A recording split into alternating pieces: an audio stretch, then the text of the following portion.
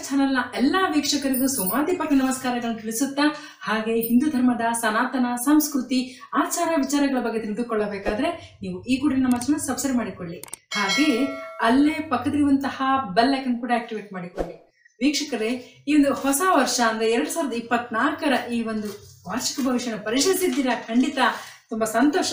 ಹಾಗೆಯೇ ಈ ಒಂದು ಮಾಸ ಭವಿಷ್ಯ ಕೂಡ ಈ ಒಂದು ನಮ್ಮ ದ್ವಾದಶಿ ರಾಶಿ ಫಲಗಳಲ್ಲಿ ನಮ್ಮ ರಾಶಿಯಾಗಿರುವಂತಹ ಒಂದು ವೃಷಭ ರಾಶಿ ಈ ಒಂದು ಮಾಸ ಭವಿಷ್ಯದಲ್ಲಿ ಯಾವ ರೀತಿಯಾಗಿ ನಮಗೆ ಅದರ ಒಂದು ಫಲ ಕೊಡಲಿದೆ ಎಂಬುದನ್ನು ನೋಡೋಣ.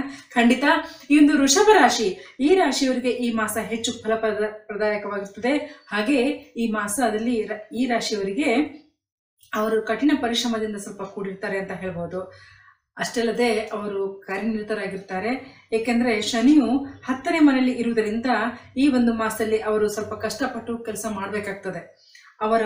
ಅವರ ವಿರೋಧಿಗಳು ಅಂದ್ರೆ ಕೆಲವು ಗ್ರಹಗಳ ಸಂಚಲನೆಯಿಂದಾಗಿ ಅವರ ವಿರೋಧಿಗಳು ಅವರನ್ನು ಕೆರಳಿಸಲು ಕೂಡ ಪ್ರಯತ್ನ ಪಡ್ತಾರೆ. ಸ್ವಲ್ಪ ಜಾಗರೂಕತೆಯಾಗಿರ್ಬೇಕಾಗ್ತದೆ.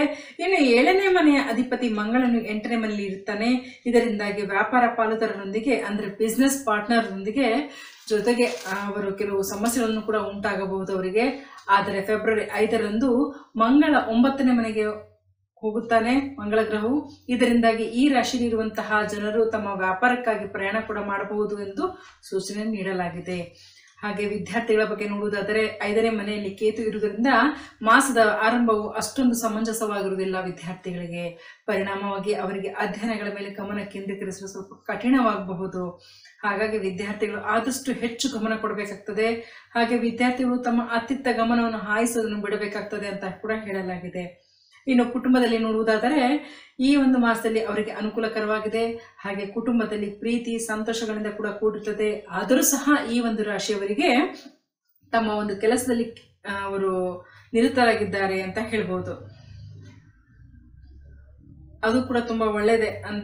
ಈ ರೀತಿಯಾಗಿ ನಿರತರಾಗಿದ್ರೆ ತುಂಬಾ ಒಳ್ಳೇದು ಅಂತ ಹೇಳ್ಬೋದು. ಇನ್ನು ಪ್ರೇಮಿಗಳಿಗೆ ಈ ಒಂದು ಮಾಸದಲ್ಲಿ ಕೇತು ಗ್ರಹದ ಸ್ವಲ್ಪ ಮಟ್ಟಿಗೆ ಸಮಸ್ಯೆ ಉಂಟು ಮಾಡಲಿದೆ ಅಂತ ತಿಳಿಸಲಾಗಿದೆ. ಹಾಗೆ ಈ ರಾಶಿಯ ವ್ಯಕ್ತಿಗಳ ವೈಯಕ್ತಿಕ ಜೀವನದಲ್ಲಿ ನೋಡುವುದಾದರೆ ಅದು ಕೂಡ ಸ್ವಲ್ಪ ಮಟ್ಟಿಗೆ ಏರಿಳಿತಗಳಿಂದ ತುಂಬಿರ್ತದೆ. ಹಾಗೆ 7ನೇ ಮನೆಯ ಅಧಿಪತಿ ಮಂಗಳನು ಶುಕ್ರನೊಂದಿಗೆ 8ನೇ ಮನೆಯಲ್ಲಿ ಇರುತ್ತಾನೆ. ಇದರಿಂದಾಗಿ ಸ್ವಲ್ಪ ಸಮಸ್ಯೆ ಕೂಡ ಕಾಣಬಹುದು ಇದರಲ್ಲೂ ಕೂಡ ಅಂತ ಹೇಳ್ಬೋದು. ಇನ್ನು ಆರ್ಥಿಕ ಕ್ಷೇತ್ರದಲ್ಲಿ ನೋಡುವುದಾದರೆ ರಾಹು 11ನೇ ಮನೆಯಲ್ಲಿ ಮತ್ತು ಶನಿಯು 10ನೇ ಮನೆಯಲ್ಲಿ ಇರುವುದರಿಂದ ಆರ್ಥಿಕವಾಗಿ ಏಳಿಗೆ ಕೂಡ ಹೊಂದುವಿರಿ ಮತ್ತು ಆದಾಯವು ಕೂಡ ಹೆಚ್ಚಾಗುತ್ತದೆ. ವೀಕ್ಷಕರೇ, ಖಂಡಿತ ಈ ಒಂದು ರಾಶಿಯವರಿಗೆ ಯಾವುದೇ ಕಾರಣಕ್ಕೂ ಕೂಡ ಹಣದ ಸಮಸ್ಯೆ ಅಂತೂ ಉಂಟಾಗುವುದಿಲ್ಲ. ಯಾಕಂದ್ರೆ ಪ್ರತಿ ಒಂದು ಮಾಸದಲ್ಲಿಯೂ ಸಹ ಅವರಿಗೆ ಎಂತಹದೇ ಕಠಿಣವಾದಂತಹ ಸಮಸ್ಯೆ ಬಂದರೂ ಕೂಡ ಹಣದ ಹರಿವು ಅದು ಯಾವ ಕಡೆಯಿಂದ ಹೇಗೆ ಬರ್ತದೆ ಅನ್ನೋದು ಗೊತ್ತಾಗುತ್ತಿಲ್ಲ ಅವರಿಗೆ. ಕಠಿಣ ಪರಿಶ್ರಮ ಮಾಡಬೇಕು ಅಂತ ಹೇಳಿದ್ರು ಸಹ ಅವರು ಯಾವ ರೀತಿ ಮಾಡ್ತಿರ್ತಾರೆ, ಅವರು ಮಾಡಿದಕ್ಕಿಂತ ದುಪ್ಪಟ್ಟವಾಗಿ ಅವರಿಗೆ ಹಣದ ಹರಿವು ಬರ್ತಾ ಇರ್ತದೆ. ಆದ್ರೆ ಗೊತ್ತಾಗೋದಿಲ್ಲ ನಮಗೆ. ಖಂಡಿತ ಒಳ್ಳೇದಾಗ್ಲಿ ಅವರಿಗೆ ಅಂತ ಹೇಳುತ್ತಾ, ಇನ್ನು ಆರೋಗ್ಯದ ಬಗ್ಗೆ ನೋಡುವುದಾದರೆ 12ನೇ ಮನೆಯಲ್ಲಿ ಗುರುವಿನ ಉಪಸ್ಥಿತಿಯಿಂದಾಗಿ ಈ ರಾಶಿಯವರಿಗೆ ಕಾಲು ನೋವು ಅಥವಾ ಪಾದದ ನೋವು ಇದು ಸ್ವಲ್ಪ ಉಂಟಾಗಬಹುದು. ಅದೇ ರೀತಿಯಾಗಿ ಹೊಟ್ಟೆಗೆ ಸಂಬಂಧಿಸಿದಂತೆ ಸ್ವಲ್ಪ ಸಮಸ್ಯೆ ಉಂಟಾಗಬಹುದು.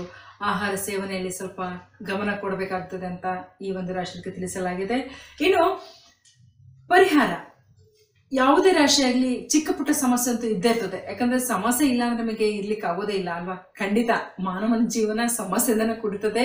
ಅದನ್ನ ಪರಿಹಾರ ಮಾಡ್ಕೊಳ್ತಾ ಹೋಗ್ತಾ ಹೋಗ್ತಾ ಅದೇ ಒಂದು ಲೈಫ್ ಆಗಿರ್ತದೆ ಮಾನವನಿಗೆ. ಹಾಗಾಗಿ ಎಂತಹದ್ದೇ ಸಮಸ್ಯೆ ಬಂದರೂ ಕೂಡ ಅದಕ್ಕೆ ನಾನು ಪರಿಹಾರನ ಸೂಚಿಸ್ತೇನೆ. ಹಾಗಾಗಿ ಈ ಒಂದು ಮಾಸದಲ್ಲಿ ಈ ಒಂದು ರಾಶಿಗೆ ಪರಿಹಾರ ಅಂತಂದ್ರೆ ಅವರು ಮಂಗಳವಾರ ಮತ್ತು ಶುಕ್ರವಾರದಂದು ಬಾಲಕನ್ಯರಿಗೆ ಪಾದ ಪೂಜೆ ಮಾಡಬೇಕು. ಖಂಡಿತ ಈ ರೀತಿಯಾಗಿ ಮಾಡಿದ್ರೆ ಅವರಲ್ಲಿ ಕಾಡ್ತಿರುವಂತಹ ಚಿಕ್ಕ ಪುಟ್ಟ ಸಮಸ್ಯೆ ಇದೆಲ್ಲ ಅದನ್ನ